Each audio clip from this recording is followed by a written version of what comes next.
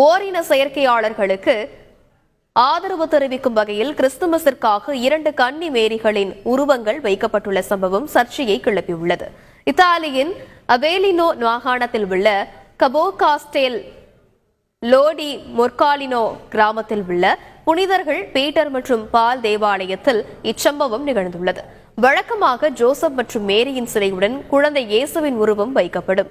ஆனால் தங்கள் திருச்சபைகளில் பிரிந்த மற்றும் விவாகரத்து செய்யப்பட்டவர்களின் குழந்தைகள் ஓரின செயற்கையாளர்கள் திருமணம் செய்து கொள்ளாதவர்களின் குழந்தைகளை பார்ப்பதாக கூறும் பாதிரியார் விட்டாலியானோ மேரி மற்றும் ஜோசப் சிலைகளுக்கு பதிலாக 2 மேரி சிலைகள் வைக்கப்பட்டுள்ளதாக தெரிவித்துள்ளார்.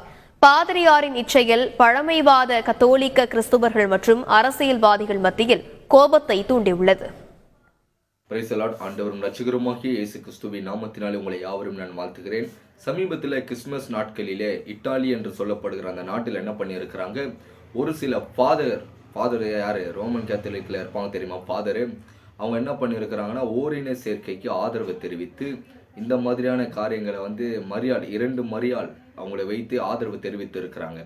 இதெல்லாம் பார்க்கும் பொழுது கிறிஸ்தவ வட்டாரத்தில் ஒரு பெரிய ஆபத்தை நோக்கி தான் போய்கொண்டு இருக்கிறது. இயேசு கிறிஸ்து சொன்னது போல இந்த கடைசி காலத்தில் கிறிஸ்துகளும் தீர்க்கதரிசிகளும் எழுப்பி இன்னைக்கு அநேகரை வஞ்சித்து கொண்டு தான் இருக்கிறாங்க. இயேசு பார்த்தீங்கன்னா இந்த உலகத்தில் நல்ல காரியங்களை சொல்லிட்டு போனார். ஒரு பெண்ணை இச்சோடு பார்க்கிறவன் எவனோ அவன் தன் இருதயத்திலே விபச்சாரம் செய்கிறான் இயேசு கிறிஸ்து சொன்னார்.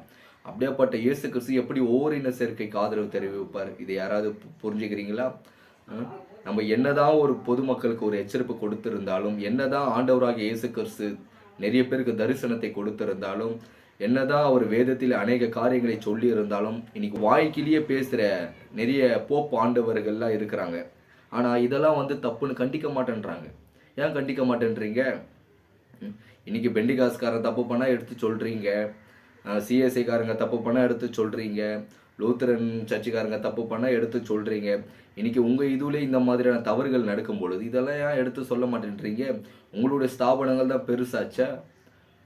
இதெல்லாம் எடுத்து சொல்லுங்க. இதெல்லாம் தப்பு. திருச்சபைகளுக்குள்ளாக அதை நீங்க கொண்டு வருவது உண்மையாகவே வேதனையாக இருக்கிறது, கேவலமாக இருக்கிறது. இதை அங்கீகரிக்கிறாங்க தெரியுமா திருட்டு பசங்க பாஸ்டருங்க. உண்மையா சொல்றேன், நான் மட்டும் அங்கே இருந்திருந்தேன்னா வேற மாதிரி நடந்துருவேங்க. நான் கேட்குற கேள்வியே வேற மாதிரி நடந்துடும்.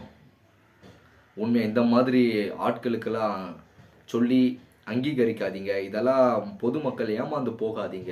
இதெல்லாம் ஒரு தவறான காரியம். இந்த தவறான காரியத்திற்கு நீங்கள் அடிப்பணியாதீங்க.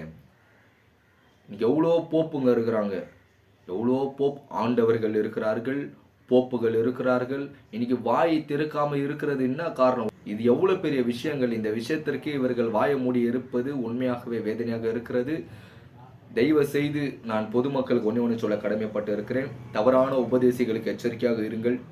வேதத்தை படியுங்கள். என் ஆண்டவராகிய இயேசு கிறிஸ்து சீக்கிரம் அந்த பூமியில வரப்போறாரு. அவருடைய வருகைக்கு ஆயத்தமாக்குங்க. கர்த்தர் நல்லவர். ஆமென். ஓரின செயற்கையாளர்களுக்கு ஆதரவு தெரிவிக்கும் வகையில் கிறிஸ்துமஸிற்காக 2 கன்னி மேரிகளின் உருவங்கள் வைக்கப்பட்டுள்ள சம்பவம் சர்ச்சையை கிளப்பியுள்ளது. இத்தாலியின் அவேலினோ மாகாணத்தில் உள்ள கபோ காஸ்டேல் லோடி மொர்காலினோ கிராமத்தில் உள்ள புனிதர்கள் பீட்டர் மற்றும் பால் தேவாலயத்தில் இச்சம்பவம் நிகழ்ந்துள்ளது.